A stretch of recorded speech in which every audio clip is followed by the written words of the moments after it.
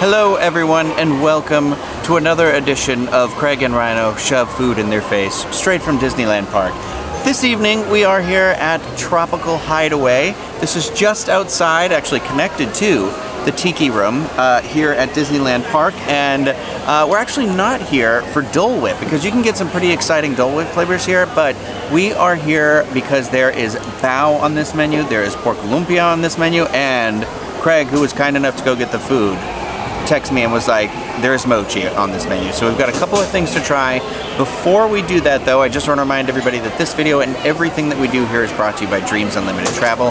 They are experts at helping you plan the perfect Disney, Disneyland, Disney World, Disney Cruise Line vacation. When you book with them, it costs you nothing extra on your trip and you help support the channel, all the content that we produce, and our massive weight gain. So check them out, dreamsunlimitedtravel.com.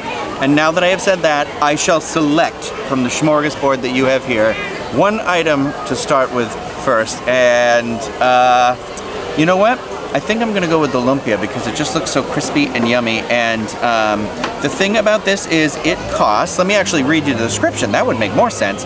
So the lumpia is $6.99.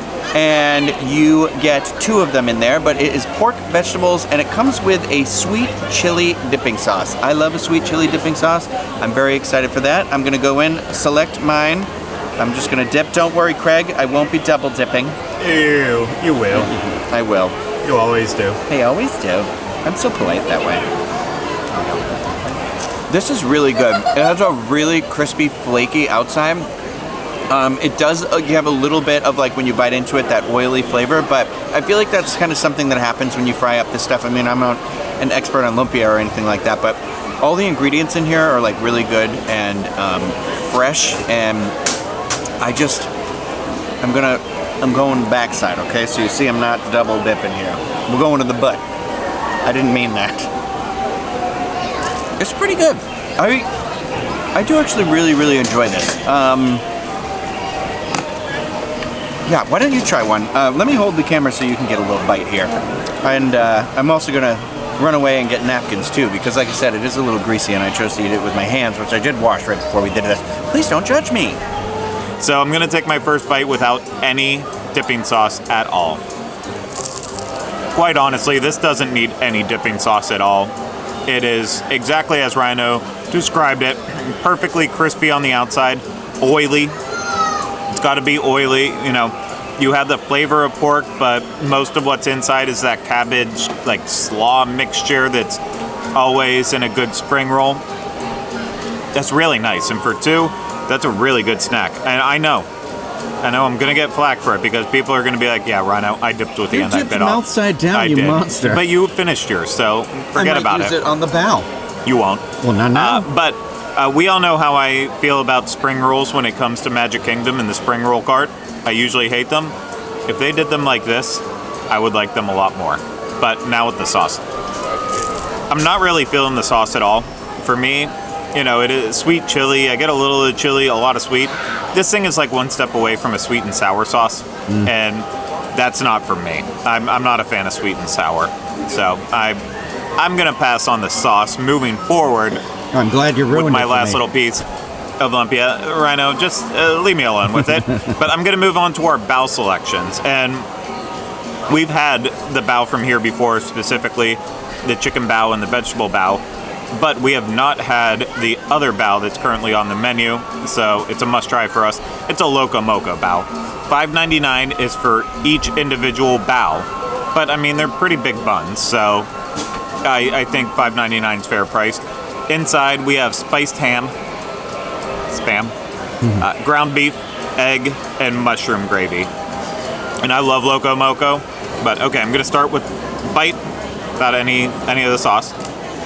Just looking at it, I can tell I didn't really get into the spam part of it yet, but just the ground beef that's in it, you know, it's a really good beef bao. So I'm kind of feeling it. Ooh, that spiciness is coming on a little bit with it too, but I'm about to get in with the spam, so I'm just gonna take one more bite, and I added the brown gravy as well too. That's what we'll call it. Yeah, that's good. Once you have it all together and you get the spam in there and you get the beef, it's really pleasant. I think this should be more considered like Loco Moco inspired than Loco Moco, but I'm really feeling this, Rhino. I think you're going to as well. Oh, I do feel like, at first glance, I thought, oh, there's not going to be enough Spam in here, but now I can see the Spam. I know the lighting's a little romantic over here, but I'm excited for this. The bao is pretty soft just from touching it here. I'll do the naked bite first. Yeah, it's, I mean, I love bao. Like, however it's served, it's chosen to be served or anything like that, I really like to try it. I do feel like there is a nice spice to it, like you said. The bun is nice and fluffy, but it does, without the sauce, I feel like it comes off just a little bit dry. But it's not really dry, I don't know how to say that. That gravy, which we did confirm is brown gravy because we turned our flashlight on here. It actually like soaks right up into the bao, and it really does give it like a little extra flavor. It's not, I feel like it's just kind of, okay. I mean, I guess it's not super strong. It doesn't have a super strong flavor profile, I feel like. I dipped it in the sweet and sour sauce too. I'm crazy, but I do feel like this is really good. I think I like this one the most of like between the chicken. Obviously I haven't had those ones in forever, so I really shouldn't speak of them, but I'm gonna just dive right in here to dessert because I was so excited. This wasn't on the menu online. It was Craig when he went up to order, saw them, and immediately called me. And it is the PB&J Mochi, which is peanut butter dust and a raspberry sauce. I love mochi. Like, I don't know if you've been to not World Market. I always do this, Whole Foods. But they usually have a bunch of like mochi that you can buy individually there, and I am known to do that quite frequently. But mochi's kind of like usually got like kind of a marshmallowy, like doughy outside, and then it's filled with a lot of times it's like an ice cream, but it doesn't have to be like frozen mochi. But I just wanted to do a quick little search of what mochi was because I feel like maybe I misspoke. But mochi is a Japanese rice cake made of mochi gome, a short grain japonica glutinous rice, and sometimes other ingredients.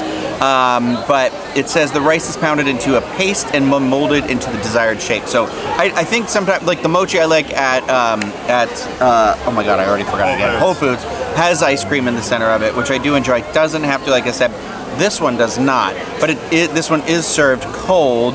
And this one is very chewy. I want you to think almost like a really firm marshmallow. I like it because it does have like a really great peanut butter, almost like when you get that peanut butter dust working with the mochi, makes it like similar to like a peanut butter paste sort of a thing with the jelly on top. If this was available near me, I would probably get it again, but I will say that with a qualifier, I don't think this is going to be for everybody, so I am curious to see how Craig is going to end up reacting when he has it. But I just want to give my final thoughts while we're here because there's no reason to really draw this out here. But that was $6.99. That came with 3 of them. I actually feel like I genuinely enjoyed everything that we had here, and were I to pick from the categories of the things we got again, I would get the bao again. I would definitely get the lumpia.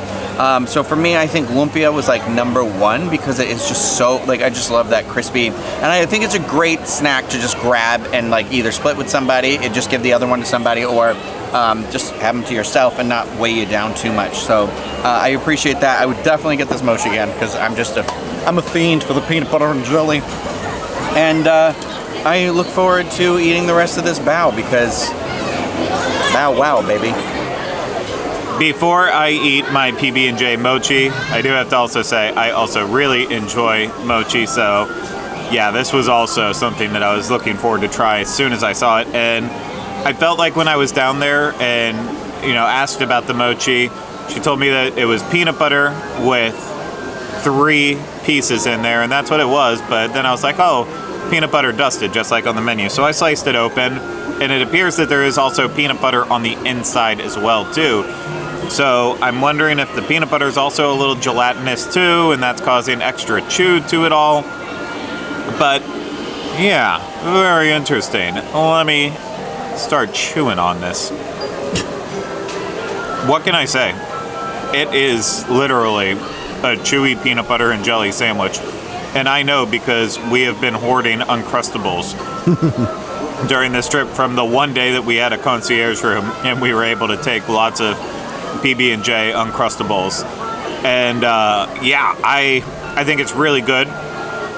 Rhino went balls in all the way, and I think that was a mistake. I think cutting it in half like I did is probably the easiest method. I don't even think you could really necessarily like chew this one in half.